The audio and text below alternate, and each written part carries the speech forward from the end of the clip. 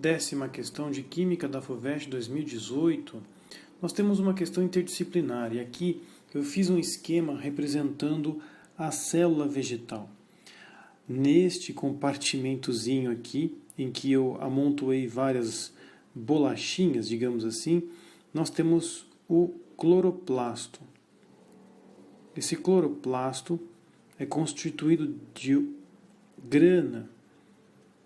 Pode parecer meio bizarro, mas são o plural de grânum, em que são os compartimentos em que ocorre a fotossíntese, a presença de luz e CO2. Isso torna claro e importante que esta reação de fotossíntese só ocorre a sol, à luz do dia.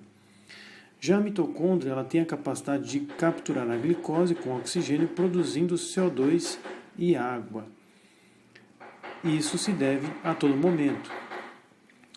Portanto, nós temos dois tipos de reações: a fotossíntese e também temos a respiração.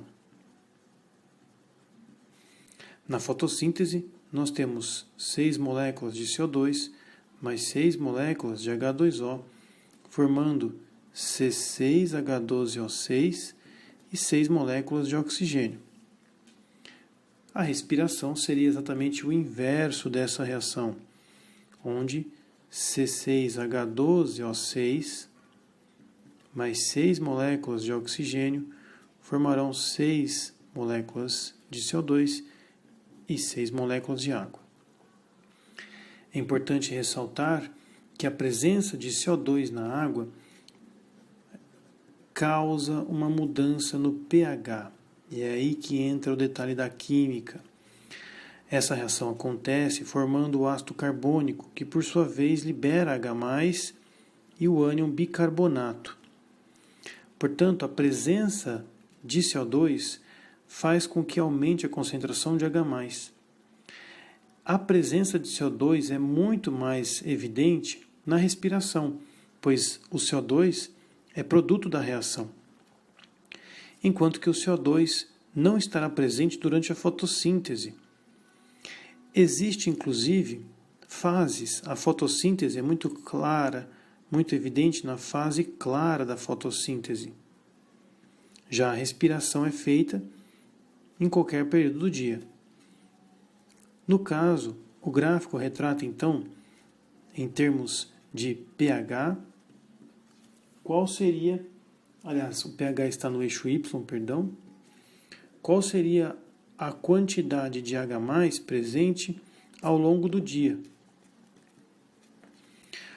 Nós podemos começar, inicialmente, logo no começo do dia. Ele estabelece aqui este período como sendo dia. Então vamos usar aqui como parâmetro para nós a noite e aqui no período da manhã, madrugada, ainda o sol não nasce. Perceba que com o surgimento do sol, a fotossíntese começa e toda a concentração de CO2 vai começar a diminuir, pois ele será utilizado para a fabricação de glicose. Com isso, nós podemos imaginar que a baixa de concentração de CO2 vai causar uma gradativa diminuição do H+. Diminuição do H+ indica aumento do pH. Então é interessante perceber aqui que nós temos um aumento do pH. Esse seria o perfil ao longo do dia. Um crescimento progressivo do pH, uma vez que o CO2 diminui. Nós estamos consumindo o CO2 para formar glicose. No fim do dia, a célula passa a mais respirar do que fazer fotossíntese. Portanto, isso vai acarretar em maior produção de CO2. Maior produção de CO2 aumenta a concentração de H+, o pH precisa baixar. Ele vai caindo, até que o Sol aparece. E aí, de novo, nós temos o crescimento do pH desde o início. Esse seria o aspecto, portanto, do nosso gráfico, retratando o perfil de pH. Começa baixo logo que o Sol nasce e vai crescendo até um pico. E depois ele cai até o momento em que começa o dia novamente, subindo todo novo.